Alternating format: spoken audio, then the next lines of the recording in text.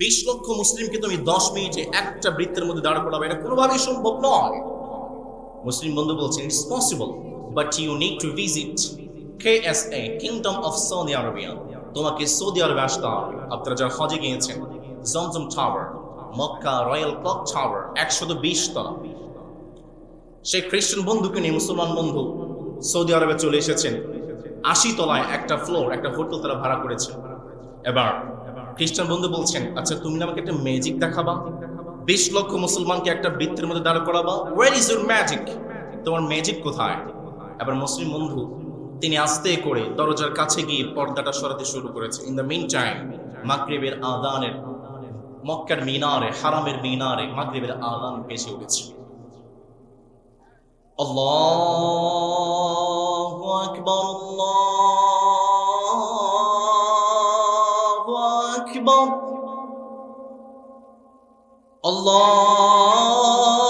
আল্লাহু আকবার,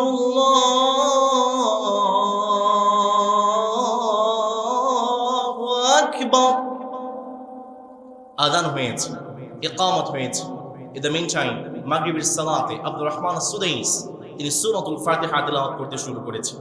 আলহামদুলিল্লাহি রাব্বিল আলামিন আর রহমানির রহিম মালিকি ইয়াউমিদ্দিন ইয়্যাকা না'বুদু ওয়া ইয়্যাকা নাস্তাঈন ইহদিনাস সিরাতাল মুস্তাকিম সিরাতাল লাযীনা আন'আমতা আলাইহিম গায়রিল মাগদুবি আলাইহিম ওয়ালাদ-দাল্লিন।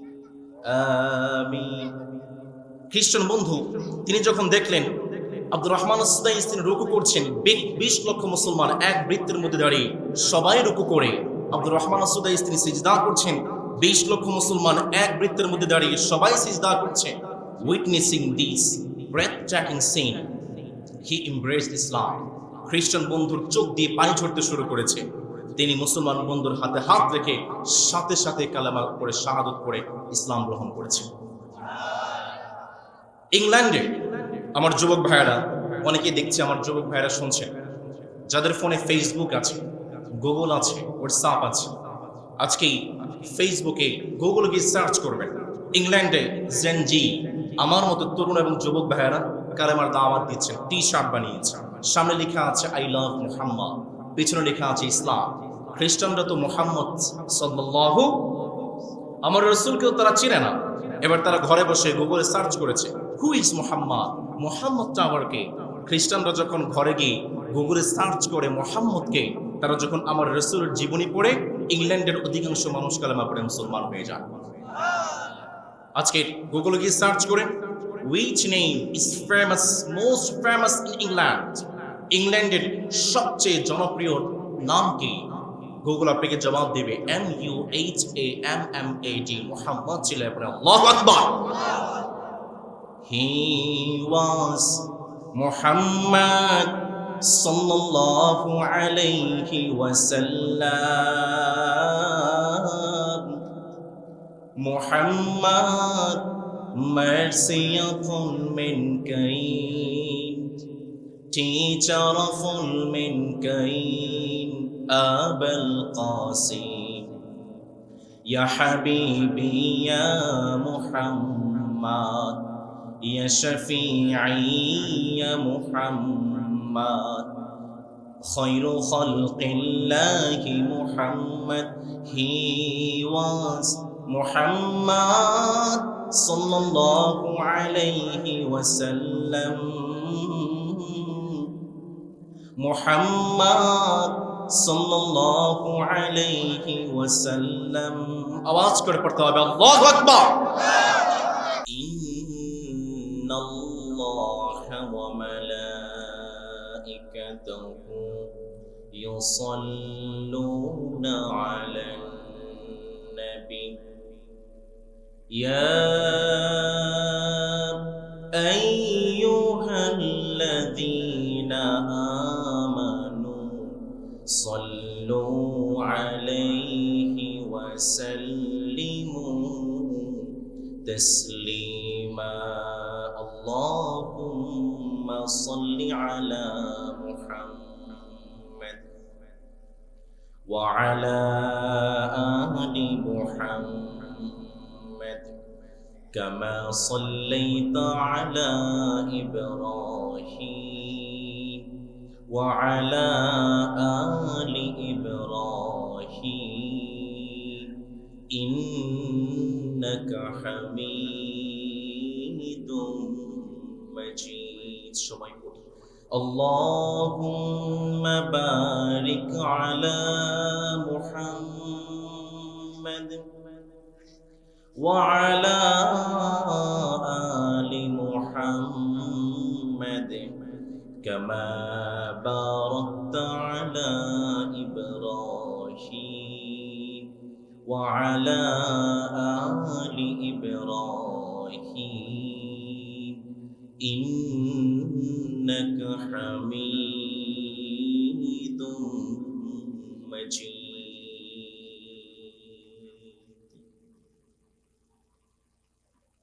যে মায়াময় ছোট থেকে মায়ার জালে বন্দি রেখে করেছে লালন। হে প্রভু তুমিও তারে তোমার আরশ ছায়া নিরে করিও লালন, মাকে করিও লালন। যে মা সদায় আমার পাশে সুখে দুঃখে থাকতো বসে, সে মা জি আমায় ছেড়ে চলে গেছে তোমার কাছে। যে মা সদায় আমার কাছে সুখে দুঃখে থাকতো বসে, সে মা জি আমায় ছেড়ে চলে গেছে তোমার কাছে। হে প্রভু তুলেছি হাত, তুমি দারে দাও গুনাহগার করে নাও আপন। হে প্রভু তুমিও তারে তোমার আরশ ছায়া নিরে করিও লালন, মাকে করিও লালন। আমরা সবাই পড়ি আমিন। আজকের এই মাহফিলের সম্মানিত সভাপতি হাফিজ মৌলানা কবির আহমদ, আমাদের অভিভাবক, আমাদের মাথার তাজ, আতালাল্লাহু উমরাহ ওয়া বারাকাল্লাহু ফি হায়াতিহি, আল্লাহ তাআলা সম্মানিত উস্তাদকে দ্বীন এবং ইসলামের জন্য কবুল করেন। আমরা সবাই পড়ি আমিন। আজকের এই মাহফিলকে যারা টাকা দিয়ে, পয়সা দিয়ে, বুদ্ধি দিয়ে, মেধা দিয়ে, পরিশ্রম দিয়ে এই কোরআনের বাগানটাকে সাজিয়েছেন, আল্লাহ তাআলা এই কোরআনের বাগানের উসিলায় প্রত্যেকটা মানুষকে ইসলামের জন্য কবুল করেন। আমরা সবাই পড়ি আমিন। আজকের এই মাহফিলে দূর দূরান্ত থেকে আগত কোরআন প্রিয়, ইসলাম প্রিয় তাওহীদি জনতা, বিভিন্ন স্কুল কলেজ বিশ্ববিদ্যালয়ের সম্মানিত শিক্ষকবৃন্দ, বিভিন্ন স্কুল কলেজ বিশ্ববিদ্যালয়ের সম্মানিত শিক্ষার্থী ভাইয়েরা, পর্দার অন্তরায় থেকে শুনছেন আমার শ্রদ্ধেয়া সম্মানিতা মা এবং বোনেরা, প্রাণপ্রিয় খরাবর তথা ঘাটাইল তথা টাঙ্গাইলবাসী, আপনারা সবাই কেমন আছেন? আলহামদুলিল্লাহ। আমাকে প্রশ্ন করেছেন, আলহামদুলিল্লাহ আমিও ভালো আছি। টমটম, চমচম আর শাড়ি, এই তিন মিলেই টাঙ্গাইলের বাড়ি। টাঙ্গাইলের ঐতিহ্যের এই পীঠস্থান ঘাটাইলের এই জমিনে কোরআনের বাগানের আয়োজন করতে পেরে আপনারা খুশি না বেজান? আমরা সবাই খুশি, পরিমাণেও বেশি। সর্বোচ্চ আওয়াজ দিয়ে আকাশ বাতাস কাঁপে, দেহের সর্বোচ্চ শক্তি গলার মাঝ বরাবর এনে রবের শেখানো ভাষায় আমরা শুকরিয়া আদায় করছি। আমরা করছি আলহামদুলিল্লাহ। নবী করিম সাল্লাল্লাহু আলাইহি ওয়াসাল্লাম জানিয়েছেন, মুসলমানদের প্রত্যেকটা কাজ, প্রত্যেকটা পদক্ষেপ, প্রত্যেকটা কথার মাধ্যমে আমরা যেই রবের দিকে দাওয়াত দেব, আওয়াজ করে বলুন তো সেই রবকে। আমেরিকাতে একজন মুসলিম ভাই, তার পাশে একজন খ্রিস্টান ভাই বসবাস করেন। আমেরিকার সেই মুসলিম ভাই চিন্তা করলেন, আমার পাশে যে খ্রিস্টান ভাই আছেন, আমি এই ভাইকে ইসলামের দাওয়াত দেব। সুবহানাল্লাহ পড়বেন। মুসলিম ভাই খ্রিস্টান ভাইকে দাওয়াত দিয়েছেন, ডিনারের দুপুরের দাওয়াত দিয়েছেন। খ্রিস্টান ভাই এসেছেন, মুসলিম ভাইয়ের সঙ্গে একসঙ্গে ডিনার করেছেন, খাবার খেয়েছেন। খাবার খাওয়ার পরে সোফাতে একটু আরাম করে বসেছেন, কফি নিয়ে এসেছেন। খ্রিস্টান বন্ধু এবং মুসলিম ভাই তারা কফি খাচ্ছেন।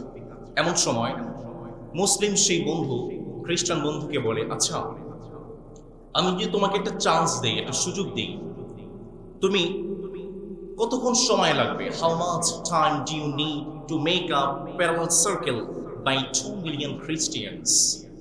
মুসলিম বন্ধু খ্রিস্টান বন্ধুকে বলছে, আচ্ছা তোমার 20 লক্ষ খ্রিস্টানকে এক বৃত্তের মধ্যে দাঁড় করাতে তোমার কতক্ষণ সময় লাগবে? খ্রিস্টান বন্ধু বলছে, what's the hell are you talking about? কি ব্যাপার, তুমি কি বিষয় নিয়ে কথা বলছো? মুসলিম বন্ধু বলছে, okay no problem, I will manage the field. আমি একটা ফিল্ড, একটা ময়দান আমি তোমার জন্য প্রস্তুত করব। তোমার কতক্ষণ সময় লাগবে একটা বৃত্তের মধ্যে 20 লক্ষ খ্রিস্টানকে দাঁড় করাতে? খ্রিস্টান বন্ধু জবাব দিয়ে বলছে, okay then I need 1 week, আমার 1 সপ্তাহ সময় লাগবে। মুসলিম বন্ধু বলছেন, but remember they are not from same countries. তুমি যে খ্রিস্টান 20 লক্ষ খ্রিস্টানদের একত্রিত করবা, তারা এক দেশ থেকে নয়। Some of them from America, some of them from England, some of them from Australia. কেউ হয়তো আমেরিকা থেকে আসবে, কেউ অস্ট্রেলিয়া থেকে আসবে, কেউ ইংল্যান্ড থেকে আসবে। খ্রিস্টান বন্ধু জবাব দিয়ে বলছে, দেন আই নিড 2 উইকস। তাহলে আমার 20 লক্ষ খ্রিস্টানকে এক জায়গায় আনতে 2 সপ্তাহ সময় লাগবে। মুসলিম বন্ধু বলছেন, but remember they are not from same language. তারা কিন্তু একই ভাষার হবে না। কেউ বাংলাতে কথা বলবে, কেউ ইংলিশে কথা বলবে, কেউ হিন্দিতে কথা বলবে, কেউ মালাইতে কথা বলবে। এবার খ্রিস্টান বন্ধু বলছেন, ওকে দেন আই নিড 3 উইকস। তাহলে আমার 3 সপ্তাহ সময়ের দরকার। এবার মুসলিম বন্ধু বলছেন, okay remember they are not from same ages. তারা কিন্তু একই বয়সের হবে না। কেউ বৃদ্ধ হবে, কেউ জোয়ান হবে, কেউ বাচ্চা হবে। এবার খ্রিস্টান বন্ধু বলছেন, আর ইউ জোকিং? তুমি কি আমার সঙ্গে মজা করছো? যদি একই ভাষার না হয়, একই দেশের না হয়, একই বয়সের না হয়, আমি বলবো একটা, তারা শুনবে আরেকটা। আমি বলবো দাঁড়াও, তারা বসবে। আমি বলবো বসো, তারা দাঁড়াবে। It's not possible to make a parallel circle by 2 million Christians. 20 lakh খ্রিস্টানকে এক বৃত্তের মধ্যে দাঁড়া করানো সম্ভব? মুসলিম বলছেন, okay I can manage, I can make a parallel circle by 2 million Muslims. আমি 10 মিনিটের মধ্যে 20 লক্ষ মুসলমানকে একটা বৃত্তের মধ্যে দাঁড় করাতে পারি। আল্লাহু আকবার। খ্রিস্টান বলতে অবাক হয়ে বলছে, কি বলো? It's not possible, it's quite impossible. 20 lakh মুসলিমকে তুমি 10 মিনিটে একটা বৃত্তের মধ্যে দাঁড় করাবে, এটা কোনোভাবেই সম্ভব নয়। মুসলিম বন্ধু বলছেন, it's possible, but you need to visit KSA, kingdom of Saudi Arabia. তোমাকে সৌদি আরবে আসতে হবে। আপনারা যারা হজে গিয়েছেন, Zamzam tower, Makkah royal clock tower 120 তলা। সেই খ্রিস্টান বন্ধুকে নিয়ে মুসলমান বন্ধু সৌদি আরবে চলে এসেছেন। 80 তলায় একটা ফ্লোর, একটা হোটেল তারা ভাড়া করেছে। এবার খ্রিস্টান বন্ধু বলছেন, আচ্ছা তুমি আমাকে একটা ম্যাজিক দেখাবা, 20 লক্ষ মুসলমানকে একটা বৃত্তের মধ্যে দাঁড় করাবা। Where is your magic? তোমার ম্যাজিক কোথায়? এবার মুসলিম বন্ধু তিনি আস্তে করে দরজার কাছে গিয়ে পর্দাটা সরাতে শুরু করেছে। ইন দ্য মিন টাইম মাগরিবের আযানের, মক্কার মিনারে, হারামের মিনারে মাগরিবের আযান ভেসে উঠেছে। আল্লাহু আকবার, আল্লাহু আকবার,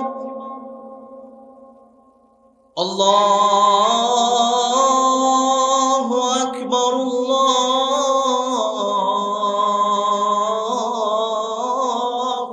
আকবার, আযান হয়েছে, ইকামত হয়েছে।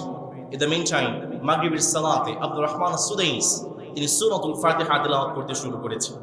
আলহামদুলিল্লাহি রাব্বিল আলামিন আর রহমানির রহিম মালিকি ইয়াউমিদ্দিন ইয়্যাকা না'বুদু ওয়া ইয়্যাকা নাস্তাঈন ইহদিনাস সিরাতাল মুস্তাকিম সিরাতাল লাযীনা আন'আমতা আলাইহিম গায়রিল মাগদুবি আলাইহিম ওয়ালাদ-দাল্লিন।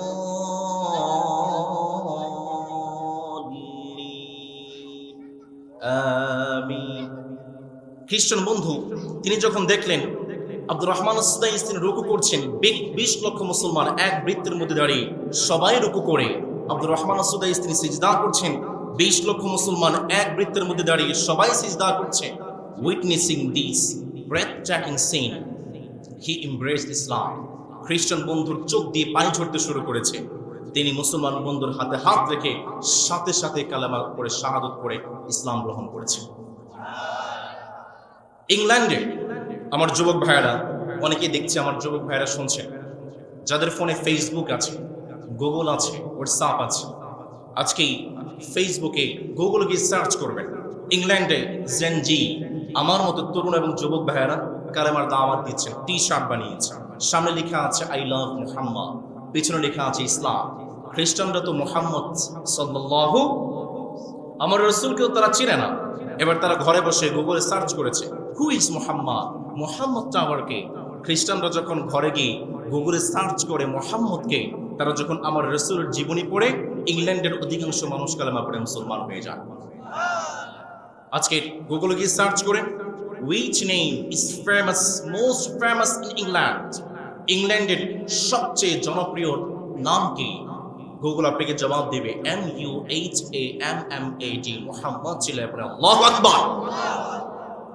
He was Muhammad sallallahu alayhi wasallam.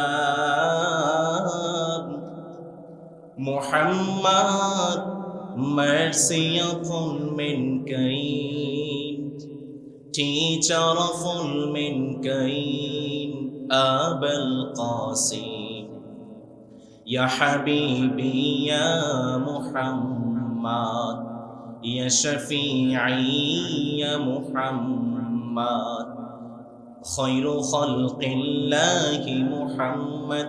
He was Muhammad sallallahu alayhi wasallam. Muhammad sallallahu alayhi wasallam. আওয়াজ করে পড়তে হবে আল্লাহু আকবার। সম্মানিত প্রিয় ভাইরা, আজকে মাহফিলের মূল আলোচনায় আমরা চলে যাব। তার আগে একটি দুঃসংবাদ আপনাদের সঙ্গে শেয়ার করতে চাই। আপনারা জানেন বাংলাদেশের একজন কিংবদন্তি সাবেক তিনবারের সফল রাষ্ট্রনেতা আমাদের বেগম জিয়া, তিনি আজকে ইন্তেকাল করেছেন। আমরা এই মাহফিল থেকে দোয়া করছি আল্লাহ তাআলা এই নেত্রীকে জান্নাতের সর্বোচ্চ আসনে সমাসীন করে আমরা পড়ি আমিন। বেগম জিয়া তিনি কিন্তু ইসলামের জন্য নিবেদিত প্রাণ ছিলেন। বেগম জিয়াকে মানুষ কেন ভালোবাসে? বেগম জিয়ার তিনটি গুণ আছে, যেই তিনটি গুণের কারণে বাংলাদেশের প্রত্যেকটা মানুষ দল মত নির্বিশেষে সবাই বেগম জিয়াকে ভালোবাসে। তার মধ্যে 1 নম্বর, তিনি ছিলেন আপোষহীন এবং দেশপ্রেমিক নেতা। তিনি চাইলে দেশের বাহিরে জাঁকজমকপূর্ণভাবে জীবনযাপন করতে পারতেন। তিনি বলেছেন না, এটা আমার দেশ, এটা আমার মাটি, এটা আমার জনগণ। সুতরাং বেগম জিয়া তিনি ছিলেন আপোষহীন এবং দেশপ্রেমিক নেতা। তার 2 নম্বর গুণ ছিল, তিনি ছিলেন শুদ্ধ ভাষী। তিনি কখনো কারোর সঙ্গে কাউকে গালি দিয়েছেন বা তিনি কখনো কারোর সঙ্গে উচ্চ ভাষায় কথা বলেছেন বা কাউকে গালাগাল করেছেন, এমনটা আমরা কখনো শুনি নাই। 3 নম্বরে বেগম জিয়া যে গুণটার কারণে পুরো বিশ্বের মানুষের হৃদয়ে জায়গা করে নিয়েছেন, তিনি ছিলেন ইসলামের পক্ষের মানুষ। আপনারা জানেন বাংলাদেশের অন্যতম কুখ্যাত এবং জঘন্য একজন ব্যক্তি আছে, তাসলিমা নাসরিন, নাম শুনেছেন? এই তাসলিমা নাসরিনকে বাংলার জমিন থেকে উষ্টা দিয়ে যে বের করে দিয়েছে, তার নাম হচ্ছে বেগম জিয়া। এই তিনটা গুণের কারণে বেগম জিয়াকে বাংলাদেশের প্রত্যেকটা মানুষ ভালোবাসে। আমরা দোয়া করছি আল্লাহ তাআলা বেগম জিয়াকে জান্নাতের সর্বোচ্চ আসনে সমাসীন করে আমরা পড়ি আমিন। সাথে সাথে আমরা আজকে এই মাহফিল থেকে স্মরণ করছি আমাদের শহীদ শরীফ উসমান হাদি ভাইয়ের কথা।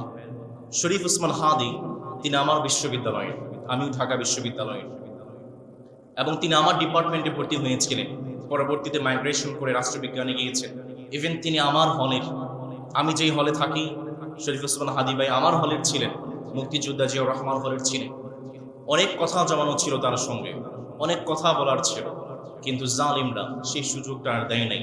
আল্লাহ তাআলা আমার ভাইকে জান্নাতের পাখি হিসেবে কবুল করুন পড়ি আমিন। গত রবিবারে আমি বিশ্ববিদ্যালয়ে গিয়েছি, হাদি ভাইয়ের কবর জিয়ারত করেছি। আহারে, প্রতি সেকেন্ডে প্রতি মুহূর্তে শত শত মানুষ তার কবরের পাশে দাঁড়িয়ে দাঁড়িয়ে দোয়া করছে। আমি যখন বাস দিয়ে কবরের পাশ দিয়ে যাচ্ছিলাম, মনের অজান্তেই চোখের কোণে পানি ঝরে চলে এসেছে। এই মানুষটা ইনসাফের জন্য কাজ করেছে। যে মানুষটা মৃত্যুবরণ করার পরে হাজার হাজার মানুষের দোয়া পাচ্ছে, এমন মরণ আসলেই সৌভাগ্য। নবী করিম সাল্লাল্লাহু আলাইহি ওয়াসাল্লাম জানালেন, যারা শহীদ মৃত্যু লাভ করবে, যারা জমিন থেকে শহীদ হয়ে যাবে, আমার কথা যদি বুঝে থাকেন বলুন তো দেখি, যারা শহীদ হয়ে যাবে তাদেরকে যে মালিক জান্নাতের সর্বোচ্চ আসনে সমাসীন করবেন তিনি কে? এই জন্যই তো ওমর ফারুক রাদিয়াল্লাহু তাআলা আনহু তিনি সব সময় দোয়া করতেন, মালিক আল্লাহুম্মা রযুকনা শাহাদাতান ফি সাবিলিক ওয়াজআল মাউতি ফি বালাদি রাসূলিক। ওমর ফারুক সব সময় দোয়া করতেন, মালিক দয়া করে মায়া করে আপনি আমাকে শহীদ হিসেবে কবুল করেন। ওমর ফারুক দোয়া করতেন, মালিক দয়া করে মায়া করে আমাকে আমার মরণটাকে আপনি নবীজির রওজা মুবারকে কবুল করে নেন। ওমর ফারুককে এক ইহুদি পেটের মধ্যে তিনবার ছুরি ঢুকিয়ে দিয়েছে, খাদ্যনালী কেটে গিয়েছে। ওমর ফারুক বেহুশ হয়ে পড়ে আছেন। হুশটা যখন ফিরে আসে, ওমর ফারুকের ছেলে সাইয়েদনা আব্দুল্লাহ রাদিয়াল্লাহু আনহুকে সাইয়েদনা ওমর ফারুক ডেকে বললেন, আব্দুল্লাহ রে, আমি তো দোয়া করেছিলাম মালিক যেন আমাকে শহীদ হিসেবে কবুল করে নেয়। মালিক তো আমাকে শহীদ হিসেবে কবুল করে নিয়েছে। আরেকটা দোয়া আমি করেছিলাম যেন আমার কবরটা নবীজির রওজা মুবারকের পাশে আমি করতে পারি। আব্দুল্লাহ রে, নবীজির ঘরের মধ্যে চারটি কবরের জায়গা আছে। তার মধ্যে একটা জায়গাতে আমার রাসূল শুয়ে আছেন, আরেকটা জায়গাতে সাইয়েদনা আবু বকর শুয়ে আছেন, আরেকটা জায়গাতে আমার রাসূল ওসিয়ত করে গিয়েছেন ঈসা আলাইহিস সালামকে দাফন করা হবে। আরেকটা জায়গা আছে যে জায়গাটা আম্মা জান আয়েশার জন্য নিজের জন্য রেখে দিয়েছে। আব্দুল্লাহ রে, যা আয়েশার কাছে যা, আম্মা জান আয়েশাকে গিয়ে বল আমি ওমর এই জায়গাটাকে ভিক্ষা চাচ্ছি, দয়া করে মায়া করে এই জায়গাটাকে আমাকে দেওয়া যায় কিনা। আব্দুল্লাহ ইবনে ওমর আম্মা জান আয়েশা রাদিয়াল্লাহু তাআলা আনহার কাছে গিয়ে বললেন, মা রে, আমার বাবা সাইয়েদনা ওমর ফারুক পাঠিয়েছে, আপনার জন্য যে কবরের জায়গা রেখেছেন এই কবরের জায়গাটা আমার বাবা ভিক্ষে চাচ্ছেন। মা রে, আমার বাবার প্রতি একটু দয়া করা যায় নাকি? এই জায়গাটা আমার বাবাকে দিয়ে দেওয়া যায় নাকি? সাইয়েদনা আব্দুল্লাহ রাদিয়াল্লাহু তাআলা আনহুর জবাবে আয়েশা রাদিয়াল্লাহু তাআলা আনহা বললেন, আব্দুল্লাহ রে, আমি তো আমার এই জায়গাটা আমার কবরের জন্য রেখে দিয়েছিলাম, কিন্তু যখন ওমর ফারুক চেয়েছেন আমি আমার জায়গাটাকে ওমর ফারুকের জন্য দান করে দিলাম। ওমর ফারুক রাদিয়াল্লাহু তাআলা আনহু আব্দুল্লাহ ইবনে ওমর ছেলেকে ডাক দিয়ে বললেন, বাবা রে, যখন আমাকে শোয়ানো হবে দয়া করে মায়া করে নবীজির রওজা মুবারকের পাশে শোয়াবি। কোন বেয়াদবি হয়ে যায় জানি না, দয়া করে রাসূলের কাছে অনুমতি চেয়ে নিবি। নবী করিম সাল্লাল্লাহু আলাইহি ওয়াসাল্লামের সাহাবী আলী রাদিয়াল্লাহু তাআলা আনহু যখন সাইয়েদনা ওমর ফারুক রাদিয়াল্লাহু তাআলা আনহুকে শুইয়ে দিবেন, সাইয়েদনা আলী রাদিয়াল্লাহু তাআলা আনহু নবীজির রওজা মুবারকের পাশে দাঁড়িয়ে বললেন, নবী আপনার পাশে ওমর ফারুককে শোয়াতে চাই, আপনার জন্য অনুমতি আছে নাকি? নবী করিম সাল্লাল্লাহু আলাইহি ওয়াসাল্লাম রওজা মুবারকের পাশ থেকে জবাব দিয়ে দেয়, আলী রে, আমার ওমর ফারুক সারা জীবন আমার জন্য কষ্ট করেছে, আমার সাথে ছিল, কেন দেরি করছিস? দয়া করে জলদি করে কবরের মধ্যে শুইয়ে দেই। নবী করিম সাল্লাল্লাহু আলাইহি ওয়াসাল্লামের অনুমতি নিয়ে ওমর ফারুক রাদিয়াল্লাহু তাআলা আনহুকে নবীজির রওজার পাশে তাকে দাফন করে দেওয়া হয়। মরতেই হবে যখন, শহীদি মরণ দিও আমাকে। শাহাদাত জানি শুধুই জীবন, সে জীবন দিও আমাকে। আমাকে শহীদ করে সেই মিছিলে শামিল করে নিও। যেই মিছিলের নেতা আমির হামজা, যেই মিছিলের নেতা আমির হামজা, খুবাইবে খাব্বাব আল্লাহর কাছে ছিল অতি প্রিয়, শামিল করে নিও। আওয়াজ করে পড়তে হবে আমিন। সম্মানিত প্রিয় ভাইয়েরা, বলুন তো দেখি, আজকে আমরা একটি কিতাব থেকে, একটি বই থেকে আমরা আলোচনা করতে চাই। সেই কিতাবটির নাম কি? এই যে কোরআন, এই কোরআনের মধ্যে কোনো ভুল আছে? সন্দেহ আছে? সংশয় আছে? আপনারা যারা বই পড়েন দেখবেন বইয়ের শুরুতে লেখা আছে, এই বইয়ের মধ্যে কোনো যদি ভুল থাকে আপনারা ভুল ধরিয়ে দেবেন, আমরা পরবর্তী সংস্কারে এই ভুলটাকে সংশোধন করব। পৃথিবীতে একটা মাত্র বই, একটা মাত্র কিতাব, আল্লাহ তাআলা শুরুতে সুন্দর করে জবাব দিয়ে চ্যালেঞ্জ করে বলছেন, যালিকাল কিতাব লা রাইবা ফি হুদাল লিল মুত্তাকিন। This is a book, there is no doubt a guidance for those who are muttaqin। এই কিতাবটাকে সম্পূর্ণ সন্দেহ মুক্ত করে ভুলহীন যে মালিক নাজিল করেছেন, গলার আওয়াজটা ছেড়ে দিয়ে বলুন তো তিনি কে? This is the book, the most read. এটা হচ্ছে এমন একটা কিতাব, এমন একটা বই, পৃথিবীর আনাচে কানাচে প্রত্যেকটা সেকেন্ডে এই কিতাবের তিলাওয়াত করা হয়। সুবহানাল্লাহ পড়বেন না? বিজ্ঞান জানাচ্ছে, মহাকাশ বিজ্ঞানী এবং জ্যোতির্বিজ্ঞানী তারা বলছেন পৃথিবীর আহ্নিক গতি, ঘূর্ণায়মান গতি এবং বার্ষিক গতির কারণে আমাদের বিশ্বের মাঝে একটা সময়ের তারতম্য আছে। বাংলাদেশে এখন বাজে 10:30, মক্কাতে সময় ডিফারেন্স হচ্ছে 3 ঘন্টা, দিল্লিতে আধা ঘন্টা, আমেরিকাতে 11 ঘন্টা, অস্ট্রেলিয়াতে 5 ঘন্টা। সময়ের পার্থক্য আছে না নেই? সময়ের পার্থক্যের কারণে পৃথিবীর আনাচে কানাচে প্রতি সেকেন্ডে কোনো না কোনো জায়গায় আযান হচ্ছে। আযানের পরে ইকামত আছে না নেই? ইকামতের পরে সালাত আছে না নেই? সালাতের মধ্যে আমরা একটি কিতাব থেকে তিলাওয়াত করি, সেই কিতাবটির নাম কি? Al Quran. This is the most read. এটা হচ্ছে পৃথিবীর সবচেয়ে বেশি পঠিত কিতাব। সুবহানাল্লাহ পড়বেন না? আজকে আমরা সেই কিতাব থেকে কথা শুনতে চাই, আমরা সবাই পড়ছি ইনশাআল্লাহ। সম্মানিত প্রিয় ভাইয়েরা, আমরা আজকে আলোচনা করতে চাই আমরা আমাদের সন্তানদেরকে কিভাবে মানুষ করব। দিন যাচ্ছে, সময় যাচ্ছে, সন্তানদের ব্যবহার কেমন জানি দিন দিন হিংস্র হয়ে যাচ্ছে। সন্তান কলেজ বিশ্ববিদ্যালয় স্কুল যাচ্ছে, কলেজ বিশ্ববিদ্যালয় আমার সন্তানদেরকে সার্টিফিকেট দিচ্ছে ঠিক, কিন্তু আমাদেরকে সন্তানদেরকে অনৈতিকতার দিকে ঠেলে দিচ্ছে, অরাজকতার দিকে ঠেলে দিচ্ছে। আমাদের সন্তান, এই বাংলাদেশে সন্তানের হাতে মা খুন হয়েছে এমন নজির ঢাকাতে আছে, এই টাঙ্গাইলে ঘাটাইলে নাই। সন্তানের হাতে বাবা নির্যাতিত হয়েছে, অত্যাচারিত হয়েছে, এই ঘাটাইলে নাই। গাজীপুরে একটা জায়গা আছে খতিব বাড়ি, খতিব বাড়িতে একটা বৃদ্ধাশ্রম আছে। প্রথম আলোর একজন রিপোর্টার সে বৃদ্ধাশ্রমে গিয়ে প্রশ্ন করলেন, মা, একজন মাকে প্রশ্ন করলেন, মা আপনি কতদিন যাবত এই বৃদ্ধাশ্রমে আছেন? সেই মা চোখের পানি ছেড়ে দিয়ে তিনি জবাব দিয়ে বলছেন, বাবা রে, আমার সন্তান কোটিপতি, আমার সন্তান আমাকে 12 দিনের জন্য এই বৃদ্ধাশ্রমে রেখে গিয়েছিল, আজকে 12টি বছর হয়ে যাচ্ছে, আজ পর্যন্ত আমার সন্তান একটা বারের জন্য আমাকে দেখতে আসে। কতবার দেখতে মনে চায়, একটা ছবি আছে আমার কাছে, যখন দেখতে মনে চায় বুকে লাগাই, চুমা খাই। আরে মাদেরকে সম্মান করে না, মায়েদেরকে অত্যাচার করে, বাবাদেরকে নির্যাতন করে এমন কুলাঙ্গার সন্তান ঢাকাতে আছে, টাঙ্গাইলে নাই। সমাজে প্রিয় ভাইয়েরা, চোখের সামনে আমরা আমাদের সন্তানদেরকে দেখতে পাচ্ছি তারা নষ্ট হয়ে যাচ্ছে, চোখের সামনে তারা দিক হারিয়ে ফেলছে। অথচ রব্বুল আলামিন সন্তানদেরকে পৃথিবীর শ্রেষ্ঠতম নিয়ামত বলে অস্বীকার করেন নাই। রব্বুল আলামিন পৃথিবীর সবচেয়ে শ্রেষ্ঠতম নিয়ামত হিসাবে ঘোষণা করেছেন আমাদের সন্তানদেরকে।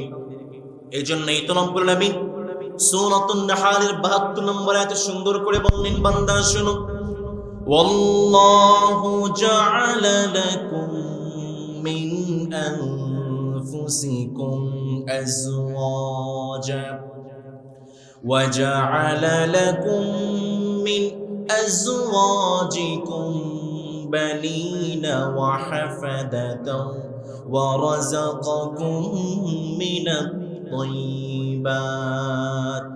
আমার রব চমৎকার করে বললেন, বান্দা শুনো, পৃথিবীর বুকে সবচেয়ে শ্রেষ্ঠতম নিয়ামত হিসাবে আমি তোমাদেরকে তোমাদের স্ত্রীদেরকে দিয়েছি। আর স্ত্রীদের মধ্য থেকে আমি তোমাদের জন্য সবচেয়ে শ্রেষ্ঠ নিয়ামত হিসাবে তোমাদের সন্তানদেরকে দিয়েছি। আমরা আমাদের রবকে বললাম, মালিক আপনি আমাদের সন্তানদেরকে সব নিয়ামত হিসাবে ঘোষণা করলেন। এই সন্তানদের মধ্যে কোনো পরীক্ষা আছে নাকি? রব্বুল আলামিন সূরাতুল আনফালের মধ্যে সুন্দর করে বললেন, বান্দা শুনো, ওয়া'লামু أنما أموالكم وأولادكم فتنة وأن الله عنده أجر عظيم। আমার রব চমৎকার করে বললেন, বান্দা শুনো, যে সন্তানদেরকে সবচেয়ে শ্রেষ্ঠ নিয়ামত হিসেবে বানালাম, সেই সন্তানের মধ্যেও যে মালিক আবার পরীক্ষা নিরীক্ষার ব্যবস্থা করেছেন, আওয়াজ করে বলুন তো তিনি কে? আমরা আমাদের রবকে বললাম, মালিক পরীক্ষার ব্যবস্থা করেছেন। দুনিয়াতে যখন কোনো পরীক্ষা দিই, সেই পরীক্ষার মধ্যে একটা সিলেবাস থাকে। নবী করিম সাল্লাল্লাহু আলাইহি ওয়াসাল্লামকে বললাম, নবী দুনিয়ার সিলেবাসের মতো সন্তানদের পরীক্ষার সিলেবাস কোনো আছে নাকি? আমার রাসূল সুন্দর করে বললেন, বান্দা শুনো, ওয়ার রাজুলু রাঈন আলা আহলি বাইতি ওয়া হুয়া মাসউলুন আন রাইয়াতিহি ওয়াল মারআতু রাঈয়াতুন আলা আহলি বাইতি যাওজিহা ওয়া ওয়ালাদি। আমার যে বাবারা আমাকে শুনছেন, খুব কান লাগায়া শুনেন। রাসূল সাল্লাল্লাহু আলাইহি ওয়াসাল্লাম জানালেন, যে সমস্ত বাবারা আছেন, বাবারা কিয়ামতের দিন সন্তানদের সম্পর্কে জিজ্ঞাসিত হবেন, পরিবার সম্পর্কে জিজ্ঞাসিত হবেন। চিন্তা করেছেন টাকা পয়সা দেন তাই মানে সংসার চলে না? না, আপনি কিয়ামতের ময়দানে, সেই কঠিন ময়দানে আপনি আপনার সন্তান সম্পর্কে, পরিবার সম্পর্কে জিজ্ঞাসিত হবেন। আমার রাসূল জানালেন, আমার যে সমস্ত মায়ের আমার কথাগুলো শুনছেন, আমার রাসূল বললেন, আমার মায়েদেরকে সংসার সম্পর্কে, সন্তানদের সম্পর্কে যেই মালিক প্রশ্ন করবেন, আওয়াজ করে বলেন তিনি কে? আমরা রাসূলকে বললাম, রাসূল এই পরীক্ষায় যদি আমরা ফেল করি, কোনো শাস্তি আছে নাকি? জানার দরকার আছে না নেই?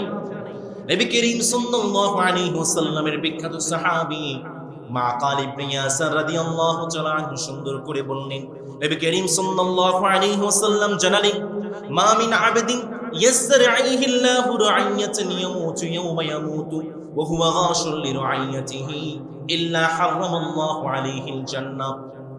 কোন একজন বাবা, কোন একজন মা সন্তানকে যদি মানুষের মতো মানুষ করতে না পারেন, সন্তানদের এই প্রশ্নের মধ্যে যদি আটকে যান, জান্নাত তো পাওয়া দূরের কথা, জান্নাতের গ্রান্টও আপনি কখনো পাবেন না। নাউযু বিল্লাহি মিন যালিক। ভাইরা, চিন্তা করেছেন টাকা পয়সা দেন, টাকা পয়সা দিলেই কি সংসার চলে? আপনি আপনার সন্তান কি করে? আপনার সন্তান কোথায় যায়? আপনার স্ত্রী কি করে? আপনার স্ত্রী কি বেপরদায় চলে কিনা? আপনার সন্তান বেপরদায় চলে কিনা? আপনার ছেলে প্রেম প্রীতি করে কিনা? প্রত্যেকটা বিষয়ের হিসাব যে মালিক নেবেন, চিল্লায় বলেন তো তিনি কে? সন্তানকে কিভাবে মানুষ করবেন? কান লাগায় শোনেন। 1 নম্বর, সন্তানকে যদি মানুষ করতে চান, আপনাকে স্যাক্রিফাইস করতে হবে, কুরবানি দিতে হবে, ত্যাগ তিতিকে স্বীকার করতে হবে। মায়েরা যারা আমাকে শুনছেন, সন্তানকে মানুষ করতে চান, স্যাক্রিফাইস করতে হবে। আপনারা বাইজিদ বুস্তামির নাম শুনেছেন? বাইজিদ বুস্তামি, এই বাইজিদ এমনি এমনি বাইজিদ হয় নাই। এই বাইজিদ বুস্তামি হওয়ার পিছনে মায়ের অনেক স্যাক্রিফাইস আছে। বাইজিদ বুস্তামি রাহমাতুল্লাহি আলাইহি যখন ছোট্ট মানুষ, তার মা তাকে মাদ্রাসায় রেখে আসলেন, উস্তাদকে বলে আসলেন, উস্তাদ আমার বাইজিদ যতদিন পর্যন্ত আলেম না হবে, হক্কানে আলেম যতদিন পর্যন্ত না হবে, আপনি আমার বাইজিদকে কখনোই মাদ্রাসা থেকে ছুটি দিবেন না। বাইজিদ ছোট্ট মানুষ, একদিন যাই 2 দিন যাই, আশেপাশে সব তো আছে, সব পাওয়া যায়, কিন্তু মায়ের আদর তো পাওয়া যায় না, মাকে তো দেখা যায় না। 1 মাস না 2 মাস না, কয়েক মাস পরে উস্তাদকে গিয়ে বললেন, উস্তাদ আমি তো ছোট্ট মানুষ, মায়ের আদর্শ হাত পাইতে বড্ড মনে চায়। উস্তাদ বললেন, বাইজিৎ রে, মা যে বলে গিয়েছে হাক্কানে আলেম না হওয়ার আগে, হাক্কানে হাফিজ না হওয়ার আগে তোমাকে যেন মাদ্রাসা থেকে ছুটি না দেই, কি করা যায়? কিন্তু তুমি ছোট্ট মানুষ, কি করা যায় বলো? উস্তাদ বাইজিৎকে বললেন, বাইজিৎ একটা শর্ত আছে, তুমি যদি 20 পারা হাফেজ কোরআন হতে পারো, আমি উস্তাদ কথা দিচ্ছি তোমাকে আমি ছুটি দিব, তুমি তোমার মায়ের কাছে যাবে। বাইজিৎ বুস্তামি একদিন না 2 দিন না, অনেক কষ্ট করে মাসের মাস কষ্ট করে তিনি 20 পারা হাফেজ কোরআন হয়ে গিয়েছে। উস্তাদকে গিয়ে বললেন, উস্তাদ 20 পারা হাফেজ কোরআন হয়েছে, আপনি তো আমাকে বলেছিলেন 20 পারা হাফেজ কোরআন হওয়ার পরে আপনি আমাকে ছুটি দিবেন, আপনি আপনার ওয়াদাকে টিকিয়ে রাখেন। উস্তাদ বললেন, বাইজিৎ তুমি যাও, তুমি তোমার মায়ের কাছে যাও, মায়ের আদর্শ হাত ভালোবাসায় তুমি বেড়ে ওঠো। বাইজিৎ বুস্তামি রাহমাতুল্লাহি আলাইহি তিনি ছুটতে শুরু করলেন, হাঁটি হাঁটি পা পা করে তিনি মায়ের বাড়ির দিকে ছুটতে শুরু করলেন। যখন মায়ের বাড়ির কাছাকাছি চলে গিয়েছেন, বাইজিৎ বুস্তামি চিন্তা করলেন, লম্বা সফর করেছি, চেহারার মধ্যে ক্লান্তির ছাপ চলে এসেছে। এই অবস্থায় যদি আমার মা আমাকে দেখে, আমার মা তো বড্ড কষ্ট পেতে পারে। বাইজিৎ বুস্তামি রাহমাতুল্লাহি আলাইহি তিনি নিজের মুখটাকে মুছলেন, নিজের মুখ থেকে মলিনতা ভাব দূর করলেন, হাঁটি হাঁটি পা পা করে মায়ের দরজায় গিয়ে ডাক দিয়ে বললেন, মা ঘরে আছেন নাকি? বাইজিৎ বুস্তামি যখন মা ডেকে বললেন, ঘর থেকে কোনো জবাব আসে না। বাইজিৎ বুস্তামি আবার ডাকলেন, মা ঘরে আছেন নাকি? বাইজিৎ বুস্তামির মা ঘর থেকে জবাব দিয়ে দেয়, বাবারে কে তুমি, আমাকে মা মা বলে ডাকো। বাইজিৎ বুস্তামি আবার করুণ কণ্ঠে মাকে ডেকে বললেন, মা রে, লম্বা সফর করে একটা নজর আপনাকে দেখার জন্য আপনার কলিজার টুকরা সন্তান আপনার দরজায় দাঁড়িয়ে আছে। বাইজিৎ বুস্তামির মা তিনি ভিতর থেকে জবাব দিয়ে বললেন, বাবারে যদিও তোমার কণ্ঠটা বাইজিদের মতো লাগে, কিন্তু তুমি আমার বাইজিৎ হতে পারো না, কারণ আমি তো আমার বাইজিদকে বলে এসেছিলাম হক্কানে আলেম না হওয়ার আগে, হাফেজ কোরআন না হওয়ার আগে আমি আমার বাইজিদের চেহারা দেখতে চাই না। আর তুমি যদি বাইজিদ হয়ে থাকো, হক্কানে আলেম না হওয়ার আগে আমি তোমার চেহারাটা পর্যন্ত দেখতে চাই না। বাইজিদ বুস্তামি তিনি মাদ্রাসার দিকে ছুটতে শুরু করলেন, মাদ্রাসায় চলে গেলেন। মাদ্রাসায় যাওয়ার পরে উস্তাদ প্রশ্ন করলেন, বাইজিদ রে, আজকেই তো বাড়িতে গেলাম, মায়ের আদর্শ হাগ একটু পাবা, কেন তুমি আজকেই চলে আসি? বাইজিদ বুস্তামি তিনি জবাব দিয়ে বললেন, উস্তাদ আমি হক্কানি আলেম না হওয়ার আগে আমার মা আমার মুখটা পর্যন্ত দেখতে চায় না। একদিন না 2 দিন না, লম্বা সময় পরে বাইজিদ জগৎ বিখ্যাত আলেম হয়েছে, যুগশ্রেষ্ঠ মুহাদ্দিস হয়েছে, যুগশ্রেষ্ঠ মুফাসসির হয়ে গিয়েছে। আগামীকালকে বাইজিদকে মাথায় পাগড়ি দেওয়া হবে। উস্তাদ সমস্ত আনুষ্ঠানিকতা শেষ করে ঘুমাতে গিয়েছেন, আগামীকালকে বাইজিদকে মাথায় পাগড়ি দেওয়া হবে। উস্তাদ যখন ঘুমাতে গিয়েছেন, সরকারে দু জাহাঁ আমার রাসূল হাবিবে দু জাহাঁ নবী করিম সাল্লাল্লাহু আলাইহি ওয়াসাল্লাম উস্তাদের স্বপ্নে এসে বললেন, উস্তাদ আপনি আমার বাইজিদকে কয়টা পাগড়ি দিতে চান? উস্তাদ বললেন, আমি তো আমার বাইজিদকে একটা পাগড়ি দিতে চাই। নবী করিম সাল্লাল্লাহু আলাইহি ওয়াসাল্লাম উস্তাদকে স্বপ্নে বলে দিলেন, না না উস্তাদ, আপনি আমার বাইজিদকে একটা পাগড়ি নয়, বরং আপনি আমার বাইজিদকে 2টা পাগড়ি দিবেন। তার কারণ হলো, একটা পাগড়ি আমার বাইজিদ যুগশ্রেষ্ঠ আলেম হয়েছে, আরেকটা পাগড়ি হলো আমার বাইজিদ আমার মায়ের কথা শুনে আমি বিশ্বনবীর মনটাকেও জয় করে ফেলেছে। বাইজিদ বুস্তামি রাহমাতুল্লাহি আলাইহি মাথার মধ্যে পাগড়ি পরলেন, হাঁটি হাঁটি পা পা করে মায়ের দরজায় গিয়ে ডেকে বললেন, মা ঘরে আছেন নাকি? ভিতর থেকে বলল, বাইজিদ ঘরের মধ্যে চলে আস। বাইজিদ বুস্তামি ঘরে ঢোকা মাত্র কি দেখতে পেলেন? কতদিন পর্যন্ত একটা নজর মায়ের চেহারা দেখার জন্য অপেক্ষা করেছে, সেই মা তো আজকে অসুস্থ হয়ে বিছানায় পড়ে আছে। বাইজিদ বুস্তামি চোখের পানি ছেড়ে দিয়ে মায়ের কাছে গিয়ে বললেন, মা কেমন আছে? বাইজিদ বুস্তামির মা বাইজিদকে বললেন, বাইজিদ একটু সাহায্য চাই, দয়া করে মায়া করে তুমি আমাকে ধরে একটু ওযুখানায় নিয়ে চলো।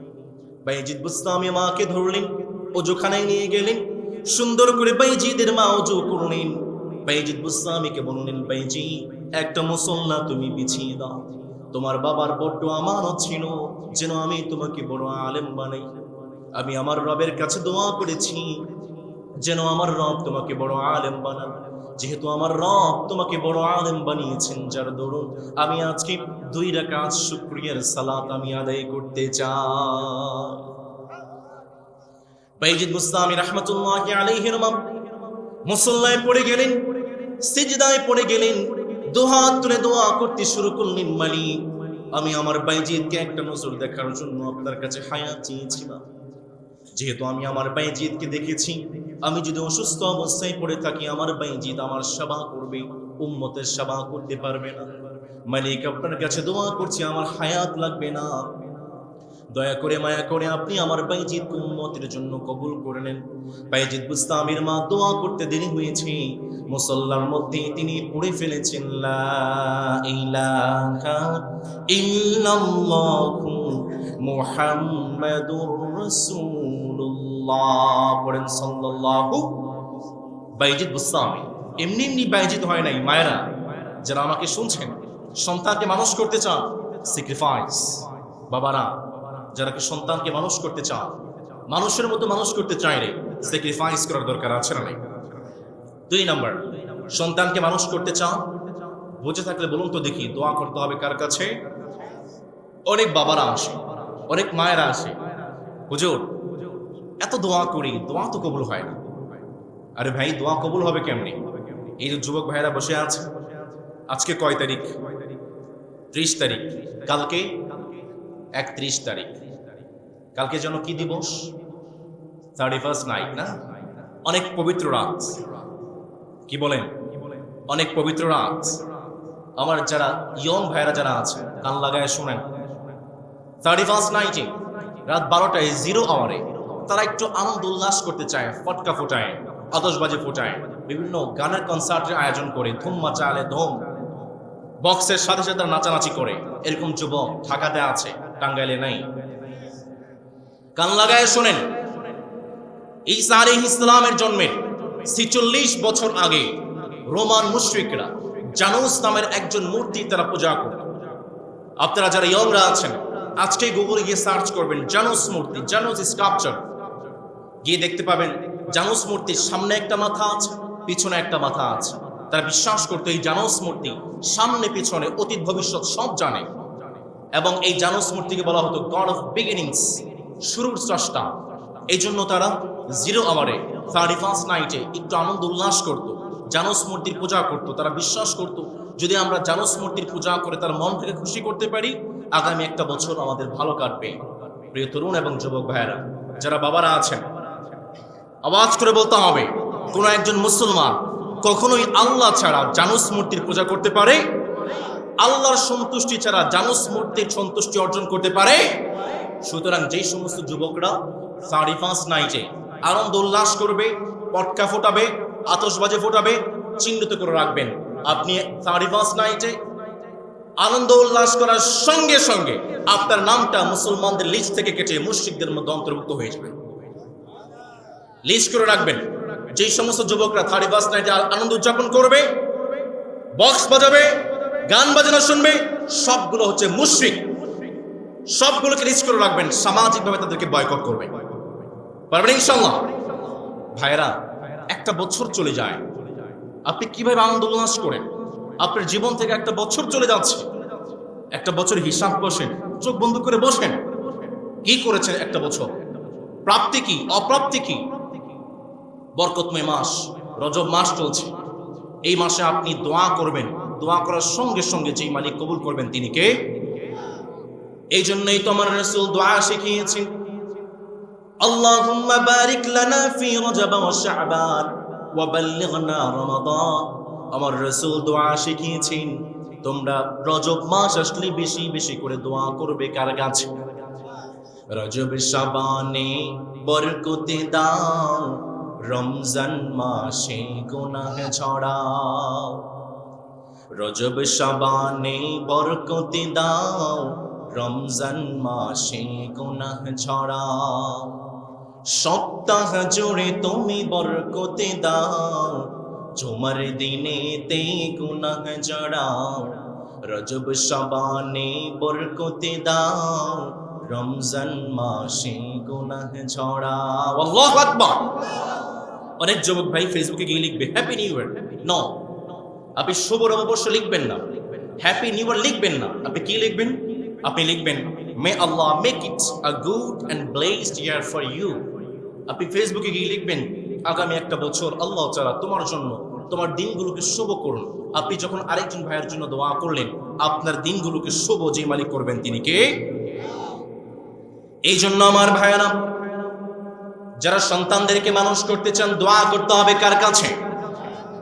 বাবা মার দোয়া কিভাবে কবুল হয় একটা ঘটনা আপনাদেরকে শুনাই, কান লাগায় শুনি। আমার যে মায়েরা আমার কথাগুলো শুনছেন, যেই বাবার আমার কথাগুলো শুনছেন, মনোযোগ দিয়ে শুনেন। আফগানিস্তানের একজন শাসক ছিলেন আমির দোস্ত মোহাম্মদ খান। তিনি একবার সংবাদ পেলেন আশেপাশের কয়েকটা রাষ্ট্র আফগানিস্তানে হামলা করার জন্য প্রস্তুতি গ্রহণ করছে।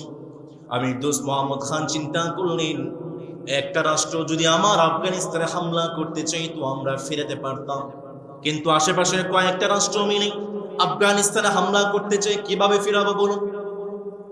আমির দোস্ত মোহাম্মদ খান তিনি চিন্তা করলেন, আমার দেশের সেনাবাহিনীকে যদি পাঠিয়ে দেই সে আমার সঙ্গে গাদ্দারি করতে পারে, সুতরাং আমার সন্তান আছে, আমার রক্ত, আমি আমার সন্তানকে যদি কমান্ডার করে পাঠাই, আমার সন্তান কখনই আমার সঙ্গে গাদ্দারি করবে না। আমির দোস্ত মোহাম্মদ খান নিজের বড় সন্তানকে যুদ্ধের ময়দানে পাঠিয়ে দিয়েছেন কমান্ডার করে। কয়েকদিন পরে গোয়েন্দা সংস্থা আমির দোস্ত মোহাম্মদ খানকে জানালেন, আপনি আপনার সন্তানকে যুদ্ধের ময়দানে পাঠিয়ে দিয়েছিলেন, আপনার সন্তান তো ভীরু কাপুরুষের মতো পরাজয় বরণ করে পিছন থেকে ফিরে চলে এসেছে। আমির দোস্ত মোহাম্মদ খান লম্বা সময় বাড়িতে যান না। তিনি বাড়িতে গেলেন, দরজা খুলে স্ত্রী সালাম দিলেন, আসসালামু আলাইকুম। আমির দোস্ত মোহাম্মদ খান তিনি জবাব দিচ্ছেন না। স্ত্রী বললেন, কতদিন যাবৎ বাড়িতে আসেন না, এতদিন পরে বাড়িতে আসলেন, সালাম দিলাম, সালামের জবাব মিলেন না, কি করেছি আমি? আমির দোস্ত মোহাম্মদ খান তিনি বললেন, সমস্ত দোষ হচ্ছে তোর পেটের সন্তানকে যুদ্ধের ময়দানে পাঠিয়েছিলাম, তোর সন্তান পিছন থেকে ভেগে পলায়ন করে পরাজয় বরণ করে চলে এসেছে, সব দোষ হচ্ছে তোর। আমির দোস্ত মোহাম্মদ খানের কথা শুনে স্ত্রী বললেন, আপনি কেন, আপনার গোয়েন্দা কেন, স্বয়ং আসমানের ফেরেশতা এসেও যদি আমাকে বলে আমার সন্তান যুদ্ধের ময়দান থেকে পলায়ন করে চলে এসেছে, এরপরও আমি মা কখনোই তা বিশ্বাস করব না। আল্লাহু আকবার। আমির দোস্ত মোহাম্মদ খান তিনি বললেন, তোরা মেয়ে জাতি, তোরা মায়ের জাত, তোরা সবসময় বেশি কথা বলস।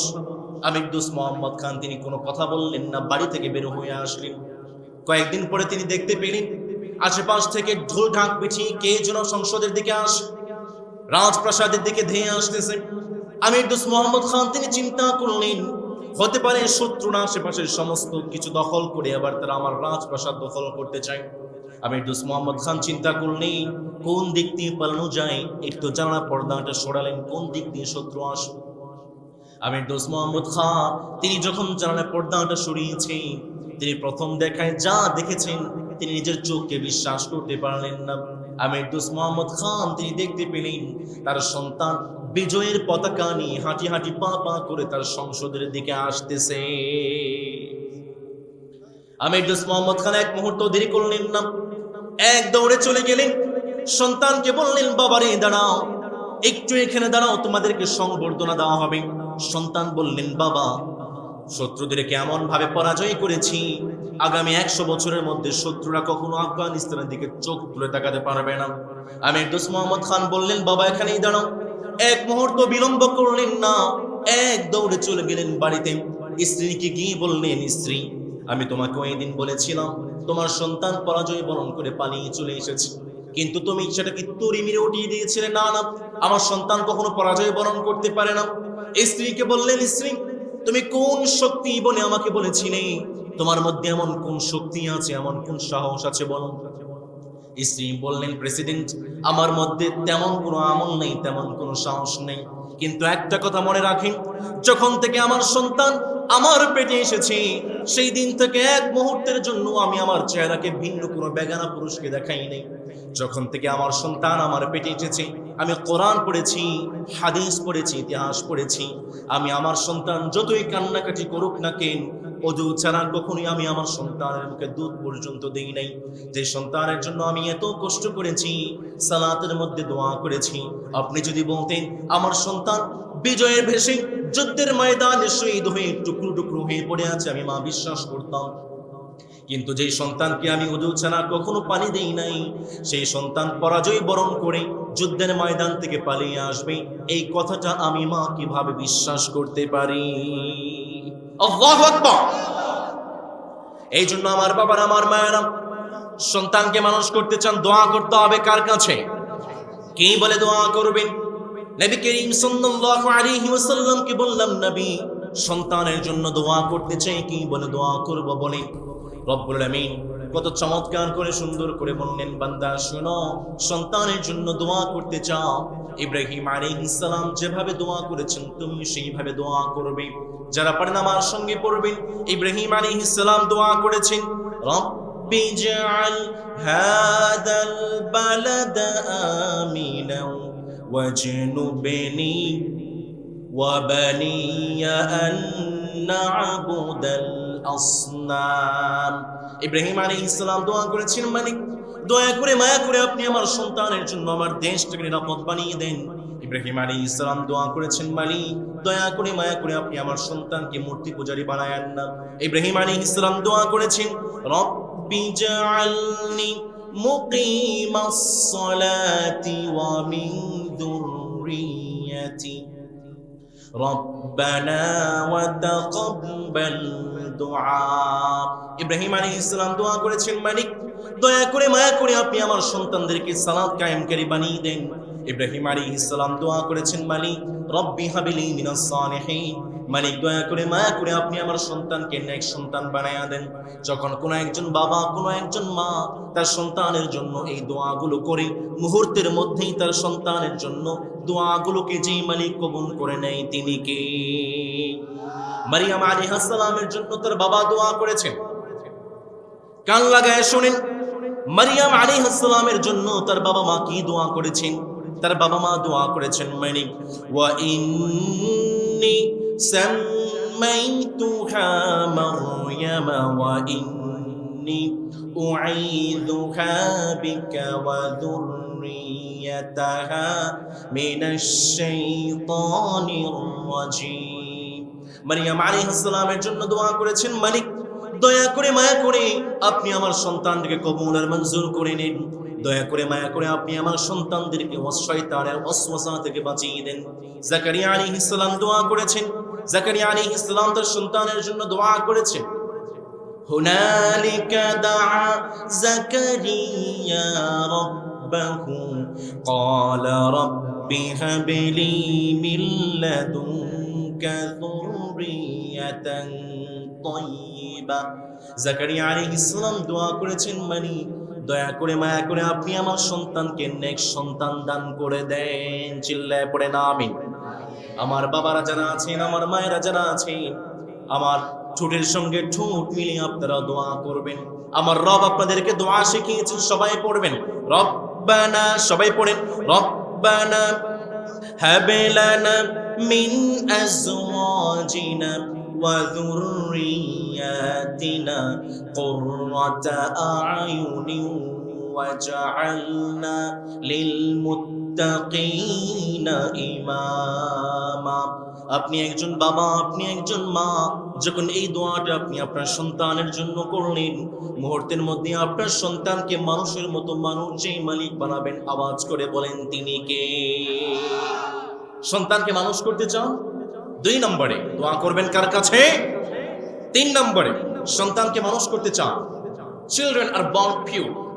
আপনার সন্তান পবিত্রতা নিয়ে পবিত্র হয়ে পৃথিবীতে জন্মগ্রহণ করে। আমার রাসূল সাল্লাল্লাহু আলাইহি ওয়াসাল্লাম জানিয়েছেন, নবী করিম সাল্লাল্লাহু আলাইহি ওয়াসাল্লাম সুন্দর করে বললেন, মা মিন মাউলুদিন ইল্লা ইউলাদু আলাল ফিতরা ফাআবাওয়াহু ইউহাউবিদানিহি আও ইউনাসসিরানিহি আও ইউমাজ্জিসানিহি।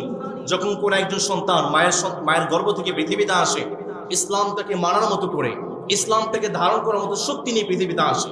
এরপর আপনারা যারা বাবারা আছেন, আপনারা যারা মায়েরা আছেন, আপনারা আপনার সন্তানদেরকে নষ্ট করেন। বাবারা বলে, বেটা ওই যে ইন্ডিয়ান নাটক আছে না, ইন্ডিয়ান সিনেমাগুলো আছে, তোমাকে কিন্তু সালমান খানের মতো ড্যান্সার হতে হবে। এই যে এখানে কয়েক বাবারা বসে আছে, বাবারা সন্তানদেরকে বলে, বাবা তোমাকে কিন্তু শাহরুখ খানের মতো নায়ক হতে হবে। আপনি যখন আপনার সন্তানকে বলবেন বাবা তোমাকে ড্যান্সার হতে হবে, তোমাকে নায়ক হতে হবে, আপনার সন্তান বলবে আমার মায়ের আদেশ বাবার মতো গাইতে হবে গান, সেদিন থেকে গানি জীবনে গানি আমার প্রাণ। ঠিক কিনা? কিন্তু যদি আমার বাবারা বলতেন বাবা তোমাকে জগৎ বিখ্যাত আলেম হতে হবে, তোমাকে মানুষের মতো মানুষ হতে হবে, আপনার সন্তান আপনাকে বলতো আমার বাবার মুখে প্রথম যেদিন শুনেছি কোরআন, সেদিন থেকে কোরআনি জীবন, কোরআনি আমার প্রাণ। আওয়াজ করে বলতে হবে, ঠিক কিনা? এই জন্য সন্তান ইসলামকে মানার মতো নেই, শক্তি নিয়ে পৃথিবীতে আসে। বাবারা আছেন আপনারা আপনার সন্তানদেরকে নষ্ট করে দেন, মায়েরা আছেন আপনারা মায়েরা আপনার সন্তানদেরকে নষ্ট করে। এই যে সন্তান পৃথিবীতে পবিত্রতা নেই, ইসলামকে ধারণ করার মতো শক্তি নিয়ে পৃথিবীতে আসে, এই শক্তিটাকে যদি আমরা ধরে রাখতে চাই 5টি কাজ করতে হবে। আমার টাঙ্গাইলের ভাইরা, খাটাইলের ভাইরা, যদি আমার কথাগুলো বুঝে থাকেন আওয়াজ করে বলুন তো দেখি কয়টা কাজ করতে হবে। তার মধ্যে 1 নম্বর, আপনার সন্তান যখন পৃথিবীতে আসবে ডান কানে আজান দিবেন, বাম কানে ইকামত দিবেন।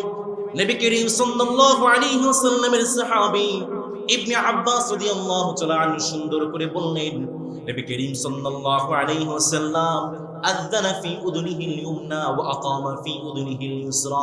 নবী করিম সাল্লাল্লাহু আলাইহি ওয়াসাল্লাম নবজাতক সন্তানের ডান কানে আযান এবং বাম কানে ইকামত দেওয়ার জন্য বলেছেন। আমরা রাসূলকে বললাম, রাসূল কেন আমরা ডান কানে আযান বাম কানে ইকামত দেব? নবী করিম সাল্লাল্লাহু আলাইহি ওয়াসাল্লাম সুন্দর করে বললেন, লাম তাদুররুহু উম্মুস সিবিয়ান।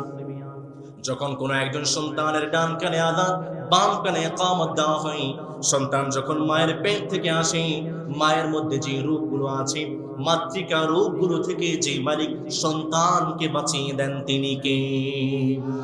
আপনি যখন আপনার সন্তানের ডান কানে আযান দিলেন, বাম কানে ইকামত দিলেন, আপনি আপনার সন্তানের ঈমানের ভিত্তিটাকে আপনি মজবুত করে দিলেন। আপনি যখন আপনার সন্তানের ডান কানে আযান বাম কানে ইকামত দিলেন, শয়তান আপনার সন্তানকে ওয়াসওয়াসা দেওয়ার পূর্বে আপনি আপনার সন্তানের মধ্যে ঈমানের দাওয়াত দিয়ে দিলেন। আপনি যখন আপনার সন্তানের ডান কানে আযান বাম কানে ইকামত দিলেন, আপনি আপনার সন্তানকে বললেন বাবা আযান কিন্তু হয়ে গিয়েছে, ইকামত হয়ে গিয়েছে, আযান এবং ইকামতের পরে সালাতের জন্য যে সামান্য সময় থাকে বাবারে, সেই সামান্য সময়টাই হচ্ছে তোমার আমার জীবন। ঠিক কিনা? একদিন তোমারি নাম মসজিদে হবে এলান। তৈরি থেকো, তৈরি রেখো ইমানি মান সামান, একদিন তোমারি নাম মসজিদে হবে এলান। আওয়াজ করে বলতে হবে, ঠিক কিনা? এই জন্য নবী করিম সাল্লাল্লাহু আলাইহি ওয়াসাল্লাম জানালেন, আপনি আপনার সন্তানকে মানুষের মতো মানুষ করতে চান, ইসলামের শক্তি ধরে রাখতে চান, ডান কানে আযান এবং বাম কানে আপনি ইকামত দিবেন। নবী করিম সাল্লাল্লাহু আলাইহি ওয়াসাল্লাম 2 নম্বরে বললেন, সন্তান যখন মায়ের পেট থেকে দুনিয়াতে আসে, আপনি আপনার সন্তানকে দুধ খাওয়াবেন। এই কথাটাকে মোল্লার নাকি আল্লাহ? সেই কথাটাকে রব্বুল আলামিন সুন্দর করে বললেন, ওয়াল ওয়ালিদাতু ইউদি'না আওলাদাহুন্না হাওলাইনি কামিলাইনি লিমান আরাদা আন ইউতিম্মার রাদা'a। আপনি যদি আপনার সন্তানকে মানুষের মতো মানুষ করতে চান, ছোট্টবেলায় সন্তানকে মায়ের দুধ খাওয়ানোর দরকার আছে না নাই? আমাদের সমাজে অনেক ডাকাইত মা আছে, সন্তানকে বুকের দুধ খাওয়াতে চায় না, বডি ফিটনেস নষ্ট হয়ে যাবে, শরীরটা ভেঙে যাবে। এই জন্য ঢাকাতে অনেক ডাকাইত মা আছে, সন্তানকে দুধ খাওয়ায় না। টাঙ্গাইলে নাই? একজন বিখ্যাত প্যাথোলজিস্ট ডক্টর তিনি বলছেন, সন্তান জন্মগ্রহণ করার পরে মায়ের বুক থেকে সর্বপ্রথম যে দুধটা আসে আমরা বলি শাল দুধ। আপনারা কি বলেন? প্যাথোলজিস্ট উইলস তিনি লিখেছেন, মায়ের বুক থেকে সর্বপ্রথম যে শাল দুধটা আসে এই শাল দুধের মধ্যে আল্লাহ তাআলা কোলেস্ট্রল, স্নেহ শর্করা কম দিয়েছেন, লবণ, খনিজ এবং লৌহ আমিদের সংখ্যা আল্লাহ তাআলা মায়ের শাল দুধের মধ্যে বাড়িয়ে দিয়েছেন, যে শাল দুধটা বাচ্চার অ্যান্টিবায়োটিকের মতো কাজ করে। সুবহানাল্লাহ পড়বেন না? প্যাথোলজিস্ট উইলসন লিখেছেন, সন্তান যখন মায়ের বুকের দুধ খায়, সন্তান ডায়রিয়া, ডায়াবেটিস, হার্টের সমস্যা 30% কমে যায়। আর যেই সমস্ত সন্তানরা ফিডারের দুধ খায়, নাড়ু খায়, এই ফিডারের দুধ, এই বিভিন্ন প্রকারের দুধ, গরুর দুধ সন্তানের শরীরের সঙ্গে সুসামঞ্জস্যপূর্ণ নয়, এই জন্য এই বাচ্চাদের ডায়রিয়ার হওয়ার প্রকোপ 30 গুণ বেড়ে যায়। এই জন্যই তো আমার নবী চমৎকার করে বললেন, শোনো, সন্তানকে মানুষ করতে চাও মায়ের বুকের। আবার নবী করিম সাল্লাল্লাহু আলাইহি ওয়াসাল্লামের মাধ্যমে আমার রব সুন্দর করে বললেন, রব্বুল আমিন সুন্দর করে চমৎকার করে বললেন, ওয়া ওয়াসাইনাল ইনসানা বিওয়ালিদাইহি হামালাতহু উম্মুহু ওয়াহনান আলা ওয়া ফিসালুহু ফি আমাইন। আমার রব চমৎকার করে বললেন, বান্দা, মায়েদের সম্মানটাকে আমি রব বাড়িয়ে দিয়েছি, মায়েদের মর্যাদা আমি রব বাড়িয়ে দিয়েছি। তার কারণটা জানো নাকি? আমি মায়েদের সম্মানটা বাড়িয়ে দিয়েছি তিনটা কারণে। তার 1 নম্বর কারণ হলো, মা 10 মাস 10 দিন দিনের পর দিন মা কষ্ট করেছে, বাবা কিন্তু কষ্ট করে নাই। 2 নম্বর কারণ হলো, মা দিনের পর দিন 2-2টা বছর পর্যন্ত দুধ পান করিয়েছে, বাবা দুধ পান করায় নাই। আমি রব মায়ের সম্মানটা বাড়িয়ে দিয়েছি। 3 নম্বর কারণ হলো, মা 10 মাস 10 দিন পেটে ধারণ করার সঙ্গে সঙ্গে দিনের পর দিন কষ্ট করেছে। এই তিনটা কারণে যে মালিক মায়েদের সম্মানটাকে বাড়িয়ে দিয়েছেন, আওয়াজ করে বলুন তো তিনি কে? ওমর ফারুক রাদিয়াল্লাহু তাআলা আনহু, তিনি যখন ইসলামী রাষ্ট্রের খলিফা, একজন সাহাবী স্ত্রীর সঙ্গে ঝগড়া করেছে। আপনাদের সমাজে ঝগড়া বিবাদ আছে না নাই?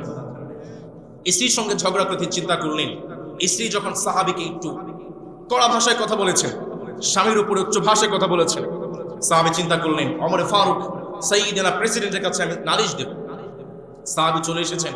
ওমর ফারুক রাদিয়াল্লাহু তাআলা আনহুর বাড়িতে যখন ঢুকবেন, তিনি দেখতে পেলেন ওমর ফারুকের স্ত্রী ওমর ফারুককে ঝাড়ি দেয়। সুবহানাল্লাহ পড়বেন না? সেই সাহাবী তিনি ওমর ফারুকের বাড়ি থেকে বের হয়ে যাচ্ছেন। ওমর ফারুক ডেকে বললেন, সাহাবী, আমার বাড়িতে আসলা কোন কারণ ছাড়াই তো আসো নাই, কেন আসছো আমার বাড়িতে বলো? সাহাবী বলে, ওমর ফারুক, যে কারণ এসেছিলাম সেই কারণটা তো আপনার উপরে অ্যাপ্লাই হচ্ছে। ওমর ফারুক বললেন, কি ব্যাপার, আমাকে একটু খুলে বলো। সাহাবী বললেন, আমার স্ত্রী আমার উপরে একটু কড়া ভাষায় কথা বলেছে, উচ্চ ভাষায় কথা বলেছে, সেই নালিশ দেওয়ার জন্য আমি আপনার কাছে এসেছিলাম। এসে দেখি আপনার অবস্থাই তো খারাপ, আপনার স্ত্রী তো আপনাকে ঝাড়ির উপরে রাখতেছে। ওমর ফারুক রাদিয়াল্লাহু তাআলা আনহু জবাব দিয়ে বললেন, সাহাবী রে, এই যে একটা মহিলা আমার স্ত্রী, এই মানুষটা দিনের পর দিন আমার জন্য কষ্ট করেছে, আমার সন্তানকে বিনা স্বার্থে পেটে ধারণ করেছে, দিনের পর দিন আমার সেই স্ত্রী কষ্ট করেছে, আমার সংসারটাকে অনেক কষ্ট করে আগলিয়ে রেখেছে। সাহাবী রে, যেই মানুষটা এত কষ্ট তোমার জন্য করলো, সেই মানুষটার একটু উচ্চ ভাষা তুমি সাহাবীকে সহ্য করতে পারো না। আল্লাহু আকবার। আরেকদিন সাহাবী ওমর ফারুক, প্রেসিডেন্ট অর্ধ জাহানের খলিফা, ইসলামী রাষ্ট্রের খলিফা ওমর ফারুক, তিনি বসে বসে কাপড় ধুচ্ছিলেন। একজন সাহাবী তিনি এসে বললেন, ওমর ফারুক, আপনি ইসলামী রাষ্ট্রের খলিফা, আপনি বসে বসে কাপড় ধোয়া, আপনার স্ত্রী কি করেন? ওমর ফারুক রাদিয়াল্লাহু তাআলা আনহু বললেন, সাহাবী, আমার স্ত্রীকে কাপড় ধোয়ার দায়িত্ব আমার রব দেয় নাই, আমার স্ত্রীর দায়িত্ব হচ্ছে শুধুমাত্র সংসারটা সামলাবে। আমি যদি আমার স্ত্রীকে দিয়ে কাপড় ধোয়াই, কিয়ামতের সেই কঠিন ময়দানে আমি ওমর ফারুককে রবের কাঠগড়ায় দাঁড়াতে হবে। আল্লাহু আকবার। ভাইরা, মায়েদের সম্মান, মায়েদের ইজ্জত, মায়েদের মর্যাদা যে মালিক বানিয়েছেন তিনি কে? আমরা বিয়ে করে নিজেরা সাজানো বাপ, স্ত্রীকে বানায় কামের বেটি। এরকম ডাকাত স্বামী এই খরাবর এলাকায় নাই, আছে না নেই? আপনি কোথায় আছেন? ইসলাম কোথায়? আপনি কোথায়? স্ত্রীকে সম্মান করবেন, মায়েদেরকে সম্মান করবেন। রাজি আছেন ইনশাআল্লাহ? আপনি যদি আপনার সন্তানকে মানুষ করতে চান, 3 নম্বরে সন্তানের জন্য সুন্দর একটা নাম রাখবেন। নবী করিম সাল্লাল্লাহু আলাইহি ওয়াসাল্লাম জানালেন, যারা বাবারা আছেন, মায়েরা আছেন, সন্তানের পক্ষ থেকে আপনাদের জন্য তিনটা হক আছে। আওয়াজ করে বলুন তো দেখি, সন্তানের জন্য বাবা মার জন্য কয়টা হক? তার মধ্যে 1 নম্বর, আইয়ুহসিনা ইসমা। আপনার সন্তান যখন পৃথিবীতে আসবে আপনি আপনার সন্তানের জন্য সুন্দর একটা নাম রাখবেন। 2 নম্বরে আমার রাসূল জানালেন ওয়া ইউআল্লিমুহুল কিতাব। আপনার সন্তান যখন পৃথিবীতে আসবে আপনি আপনার সন্তানকে কোরআন শিক্ষা দেবেন। 3 নম্বরে বাবা মার জন্য হক হচ্ছে, বাবা মার দায়িত্ব হচ্ছে সন্তান যখন বড় হবে সন্তানদেরকে বিয়ে দিবেন। আমার রাসূল চমৎকার করে বললেন, সন্তান যখন পৃথিবীতে আসবে সুন্দর একটা নাম রাখবেন। নবী করিম সাল্লাল্লাহু আলাইহি ওয়াসাল্লামকে বললেন, নবী পৃথিবীতে কোন নামটা আমরা রাখতে পারি? নবীজির বিখ্যাত সাহাবী চমৎকার করে বললেন, বান্দা শোনো, আহাব্বুল আসমাই ইলাল্লাহি আবদুল্লাহ ওয়া আব্দুর রহমান। আল্লাহর কাছে সবচেয়ে প্রিয় নাম হচ্ছে, শ্রেষ্ঠ নাম হচ্ছে আব্দুল্লাহ এবং আব্দুর রহমান। আল্লাহু আকবার। আবার আমাদের সমাজে অনেক ভাইরা আছে সুন্দর সুন্দর নাম রেখেছেন, নাম বিকৃত করে নাম রেখেছেন আব্দুল মজিদ, নাম ব্যঙ্গ করে বলেন মজিদ্দা। নাম রেখেছেন আব্দুল গফুর, নাম ব্যঙ্গ করে বলে গফুরিয়া। এরকম লোক আপনাদের সমাজে আছে না নাই? নবী করিম সাল্লাল্লাহু আলাইহি ওয়াসাল্লাম জানালেন, যে সমস্ত বান্দা নাম বিকৃত করে সেই সমস্ত বান্দার উপরে ফেরেশতারা সব সময় লানত দেয়। নাউযু বিল্লাহি মিন যালিক। আবার অনেকে আছে না লম্বা, আপনারা বলেন লম্বু। অনেকে আছে খাটো, আপনারা বলেন খাট্টু।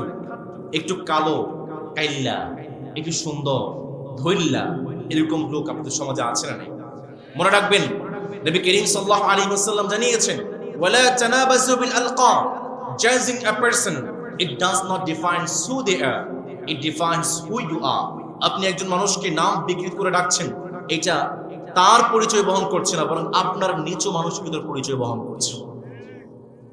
আবার আমাদের সমাজে অনেকেই নাম রেখেছেন আশিকুর রহমান, ইশক, মাশুক। এই শব্দগুলো আমাদের সমাজে আছে না নাই? কান খাড়া করে শোনেন, ইশক শব্দের অর্থ হচ্ছে ভালোবাসা, তবে এর মধ্যে কিছু নেগেটিভিটি আছে, কিছু খারাপই আছে। সুতরাং আশিকুর রহমান, এই ইশক শব্দটা কোনো নেগেটিভ শব্দ, আল্লাহর দিকে সম্বোধন করা যায়। সুতরাং যাদের নাম আছে আশিকুর রহমান, আপনারা কালকে আকিকা দিয়ে নাম পরিবর্তন করবেন। যারা ইশক, মাশুক এই শব্দগুলো বলেন, কখনোই এই শব্দগুলো বলা যাবে। আপনি যদি আপনার সন্তানের পবিত্র ধরে রাখতে চান, 4 নম্বরে সন্তানের জন্য আকিকা দিবেন। ছেলের জন্য 2টা ছাগল, মেয়ের জন্য ছেলের জন্য 2টা। কেন? তার কারণ হলো ছেলেদের বিপদ আপদ বেশি, আর মেয়েদের জন্য 1টা। তার কারণ হলো মেয়েদের বিপদ আপদ কম। যেই মালিক দিয়েছেন তিনি কে? 5 নম্বরে আপনি যদি আপনার সন্তানকে মানুষের মতো মানুষ করতে চান, খতনা করানোর দরকার আছে না নাই? আপনারা যারা শিক্ষিত মানুষ আছেন, আপনাদেরকে রিকোয়েস্ট করবো, আপনারা আজকে গুগলে যাবেন, গুগলে গিয়ে খতনার উপরে যতগুলো আর্টিকেল আছে আপনারা পড়বেন। আমি পড়েছি, আমি খতনার উপরে প্রায় 10টি আর্টিকেল পড়েছি। এই 10টি আর্টিকেল পড়ে একটি মেসেজ আমি পেয়েছি, সেটা হচ্ছে circumcisions are needed to prevent one case of penile cancer. আপনারা যারা পুরুষ মানুষ আছে, আমরা আমাদের যৌনাঙ্গের একটা ক্যান্সার হয়, সেই ক্যান্সারের নাম হচ্ছে ফাইমোসিস প্যারাফাইমোসিস। আমাদের পাশে আছে ভারত। ভারতে এই ক্যান্সারে আক্রান্তের মানুষের সংখ্যা হচ্ছে মোট জনসংখ্যার 10%। শ্রীলঙ্কাতে 13.6% মানুষ এই প্যারাফাইমোসিস ক্যান্সারে আক্রান্ত। চীনে প্রায় 18% মানুষ এই ক্যান্সারে আক্রান্ত। আপনারা চাইলে অবাক হবেন, গত 50 বছরে মুসলমানের কারণে গত 50 বছরে একজন মুসলমানও এই ক্যান্সারে আক্রান্ত হয় নাই। সুবহানাল্লাহ পড়বেন না? এই জন্যই তো ইব্রাহিম আলাইহিস সালাম বৃদ্ধ বয়সে নিজ কুঠার দিয়ে নিজে নিজের খতনা করেছে। আল্লাহু আকবার। Circumcisions are needed to prevent one case of penile cancer. আপনি আপনার সন্তানকে ক্যান্সার থেকে বাঁচাতে চান, ছোট্টবেলায় খতনা করানো দরকার আছে না নাই? এই জন্য 3 নম্বরে সন্তানকে মানুষ করতে চান, সন্তান যে পবিত্রতা নিয়ে পৃথিবীতে আসে সেই পবিত্রতা আপনাকে ধরে রাখতে হবে। 4 নম্বরে আপনি যদি আপনার সন্তানকে মানুষ করতে চান, সন্তানকে আদব কায়দা শিক্ষা দিতে হবে। নবী করিম সাল্লাল্লাহু আলাইহি ওয়াসাল্লাম জানালেন, মা নাহালা ওয়ালিদুন ওয়ালাদাহু মিন নাহলিন আফদালা মিন আদাবিন হাসান। একজন বাবা একজন মায়ের পক্ষ থেকে সন্তানের জন্য সবচেয়ে বড় গিফট হচ্ছে, পুরস্কার হচ্ছে, বাবা মা সেই সন্তানদেরকে আদব কায়দা শিক্ষা দেবে। আদব কায়দা কখন থেকে শিক্ষা দিবে? সন্তান জন্ম গ্রহণ করার পরে না। আপনার সন্তান যখন মায়ের পেটে আছে, আপনার সন্তান যখন গর্ভে চলে আসে, ঠিক তখন থেকে আপনি আপনার সন্তানকে আদব কায়দা শিক্ষা দিবেন। এই জন্যই তো রব্বুল আলামিন সূরাতুল মুমিনুনের মধ্যে সুন্দর করে বললেন, বান্দা শোনো, সুম্মা খালাকানান নুতফাতা আলাকাতান فخلقنا العلقة مضغة فخلقنا المضغة عظاما فكسونا العظام لحما। আমার রব সুন্দর করে বললেন, বান্দা শুনো, যখন পৃথিবীতে যখন কোন একজন মায়ের পেটে কোন একজন সন্তান আসে, আমরা ছিলাম শুক্রাণু, শুক্রাণু, এক ফোঁটা শুক্রাণুর মধ্যে 20 কোটি শুক্রাণু থাকে। সেই 20 কোটি শুক্রাণুর মধ্যে আমি আপনি হচ্ছেন একটা। সুবহানাল্লাহ পড়বেন না? সেই শুক্রাণু থেকে মালিক একটা জোকের মতো বানিয়েছেন, সেই যোগ থেকে মালিক একটা মাংসের টুকরার মতো করে বানিয়েছেন। নবী করিম সাল্লাল্লাহু আলাইহি ওয়াসাল্লামের বিখ্যাত সাহাবী আব্দুল্লাহ ইবনে মাসউদ রাদিয়াল্লাহু তাআলা আনহু সুন্দর করে বললেন, নবী করিম সাল্লাল্লাহু আলাইহি ওয়াসাল্লাম জানালেন, ইন্না আহাদাকুম ইজমাউ খালকুহু ফি বাতনি উম্মি নুতফাতান 40 ইয়াওমা থুম্মা ইয়াকুনু আলাকাতান মিথলা যালিক থুম্মা ইয়াকুনু মুদগাতান মিথলা যালিক। নবী করিম সাল্লাল্লাহু আলাইহি ওয়াসাল্লাম জানালেন, যখন কোন একজন সন্তান মায়ের পেটে আসে, 40 দিন থাকে নুতফা, 40 দিন থাকে আলাকা, 40 দিন থাকে মুদগা। এরপরে সেই সন্তানের মধ্যে যেই মালিক রূহটা ফুঁকে দেন, তিনি কে? নবী করিম সাল্লাল্লাহু আলাইহি ওয়াসাল্লাম জানালেন, এরপরে সেই সন্তানের কাছে মালিক একটা ফেরেশতা পাঠিয়ে দেয়। সেই ফেরেশতা সেই সন্তানের কপালের মধ্যে 4টা বিষয় লিখে দিয়ে যায়। তার মধ্যে 1 নম্বর, সেই ফেরেশতা লিখে যায় উক্তুবা আমালা, সেই সন্তান সারা জীবন কি কি কাজ করবে। মায়ের সেই গর্ভের মধ্যে ফেরেশতা এসে সেই সন্তানের কপালের মধ্যে লিখে দিয়ে যায়।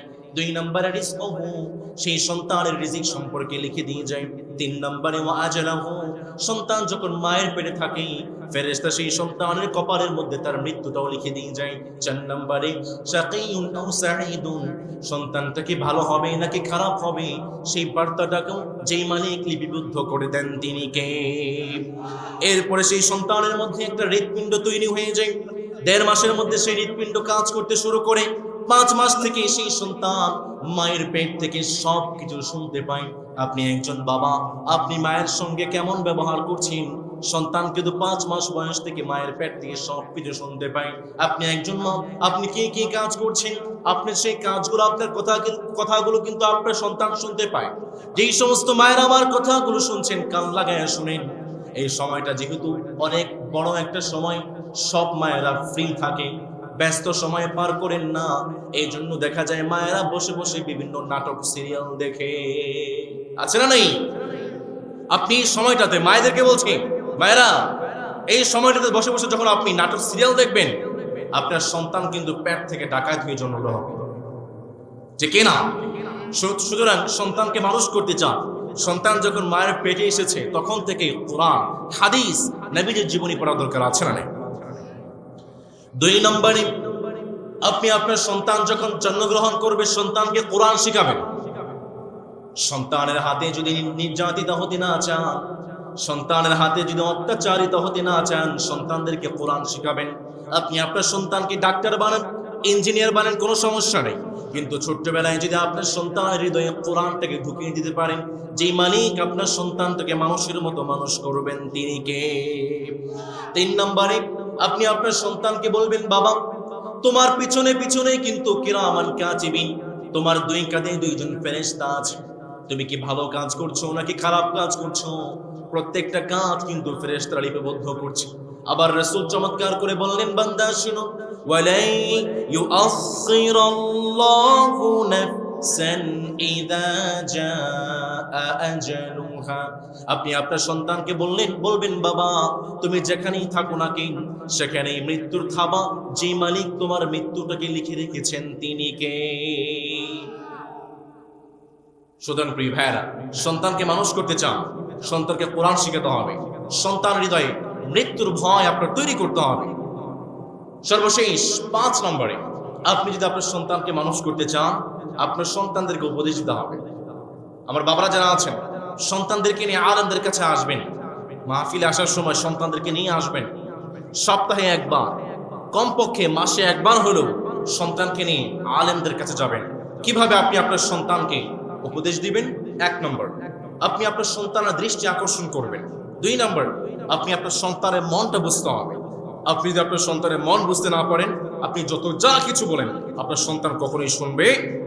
3 নম্বর, সন্তানের সঙ্গে মিশতে হবে। আমাদের সমাজে সন্তানরা বাপকে জমের মতো ভয় পায়। আপনার সন্তান যদি আপনাকে ভয় পায়, আপনি আপনার সন্তানকে শিখাবেন কিভাবে? Friendly behaviour. আপনি আপনার সন্তানের সঙ্গে বন্ধুর মতো আচরণ করবেন, মিলেমিশে আপনি আপনার সন্তানকে শেখাবেন। 4 নম্বরে, সুন্দর টপিক বাছাই করবেন। সারাদিন শুধু সন্তানের কানে কাছে গিয়ে ঘেরার করবেন না। একটা গুরুত্বপূর্ণ কথা আপনি সন্তানকে বোঝাবেন, সবসময় কথা বলবেন না, তাহলে আপনার কথার গুরুত্ব থাকবে না। 5 নম্বরে, আপনি আপনার সন্তানকে জীবন সম্পর্কে বোঝাবেন। 6 নম্বরে, আপনি আপনার সন্তানকে ভালোবাসা দিয়ে বোঝাবেন। আপনি যদি বলেন, বেটা আজকে তোর একদিন কি আমার একদিন, সন্তান বলবে আজকে তোমার দিন, সামনে কিন্তু আমার দিন আসতেছে। এই দিন দিন নয়, আরো দিন আছে, এই দিনের নিয়ে যাবে তোমারে সেই দিনেরও কাছে, ঠিক কি না? সন্তানকে শাসন নয়, ভালোবাসা দিয়ে শেখাবেন। যে ভালোবাসা দিয়ে শিখিয়েছেন আমাদের প্রিয় নবী মুহাম্মদুর রাসূলুল্লাহ সাল্লাল্লাহু, সেই কথাটাকে রব্বুল আমিন সুন্দর করে বললেন, বান্দা শুনো, ফাবিমা রাহমাতিন মিনাল্লাহি লিনতা লাহুম ওয়ালাউ কুনতা ফাদ্দান গালিযাল কলবি লানফাদ্দু মিন হাওলিক। আমার রাসূল সম্পর্কে চমৎকার করে বললেন, নবী আপনি যদি দয়ালু না হতেন, ভালোবাসা দিয়ে সবাইকে আগলে না রাখতেন, তাহলে কখনোই সাহাবায়ে কেরাম আপনার পাশে আসতো? এই জন্য আমার রাসূল জানিয়েছেন, কোন একজন ভাই নেতা হবেন, নেতার মধ্যে ভালোবাসা থাকার দরকার আছে না নেই? কোন গুন্ডা, কোন মাস্তান, কোন সন্ত্রাস, কোন চাঁদাবাজ কখনোই মুসলমানদের নেতা হতে পারে না, ঠিক কি না? সুতরাং প্রিয় ভাইরা, সন্তানকে মানুষ করতে চান, সন্তানকে উপদেশ দিতে হবে। কি উপদেশ দিবেন? লুকমান আলাইহিস সালাম তার সন্তানদেরকে যা বলে উপদেশ দিয়েছেন, সংক্ষিপ্ত করে বলি। লুকমান আলাইহিস সালাম তার সন্তানকে 1 নম্বর উপদেশ দিয়েছেন, বাবা লা তুশরিক বিল্লাহ।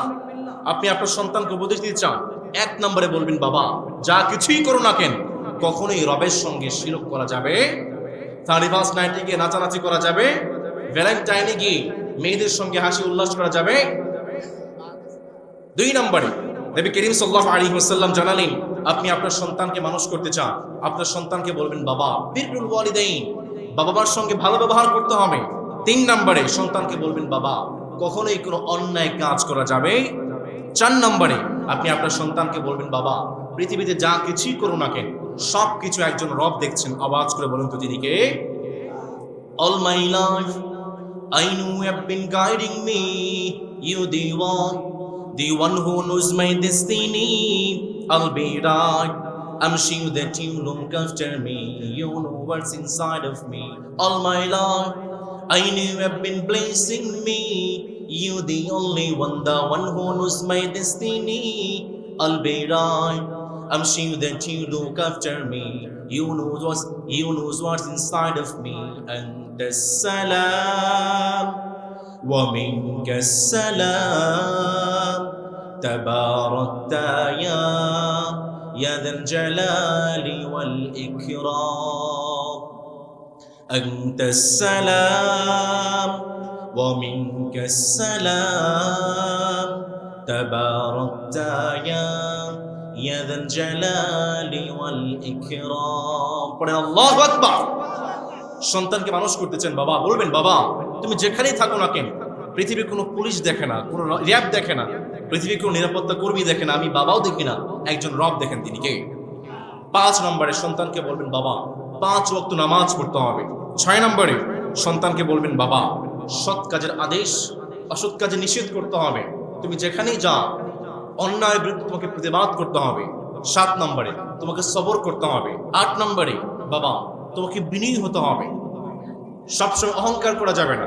9 নম্বরে হাঁটার ক্ষেত্রে তোমাকে মধ্যম পন্থা অবলম্বন করতে হবে। আমাদের সমাজে এমন কিছু জেনজি ভাইরা আছে, যুবক ভাইরা আছে, লুঙ্গি একটা পড়েছে, তাকে নিচ দিয়ে যায়, রাস্তা দিয়ে যত ময়লা আছে সব ঝাড়ু দিয়ে নিয়ে যায়, আছে না নেই? সাবধান। সন্তানকে বলবেন বাবা যখন হাঁটবা মধ্যম পন্থায় হাঁটতে হবে, হাঁটার সময় যেন তোমার পা খুব একটা শব্দ না হয়, খটখট শব্দ যেন না হয়। 10 নম্বরে আপনি আপনার সন্তানকে বলবেন বাবা কখনোই উচ্চ স্বরে কথা বলা যাবে, নিম্ন স্বরে কথা বলতে হবে। এই 10টি উপদেশ যদি আপনি আপনার সন্তানকে দিতে পারেন, আপনার সন্তানকে মানুষের মতো মানুষ যে মালিক বানাবেন তিনি কে? আজকের এই মাহফিল থেকে আমরা কি ওয়াদা করতে পারি এই কথাগুলো, এই 10টি উপদেশ এবং সন্তানদেরকে আমরা মানুষের মতো মানুষ করবো? রাজি আছেন ইনশাআল্লাহ? আল্লাহ আমাদের সন্তানদেরকে মানুষের মতো মানুষ করার তৌফিক দেন, আমরা পড়ি আমিন। আল্লাহ আমাদের সন্তানদেরকে সৎ মানুষ করার তৌফিক দেন, আমরা পড়ি আমিন।